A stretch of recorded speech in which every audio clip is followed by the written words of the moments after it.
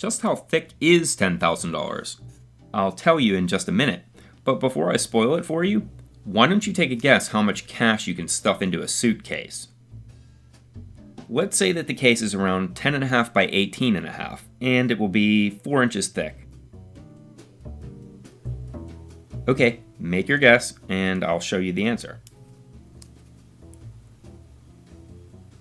$10,000 is about 42% of an inch.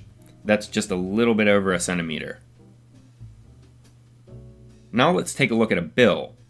Given its dimensions, we can neatly fit 12 stacks into our suitcase. And with 4 inches of room, let's make each stack have $90,000 in it, or 9 little packets of 10 grand.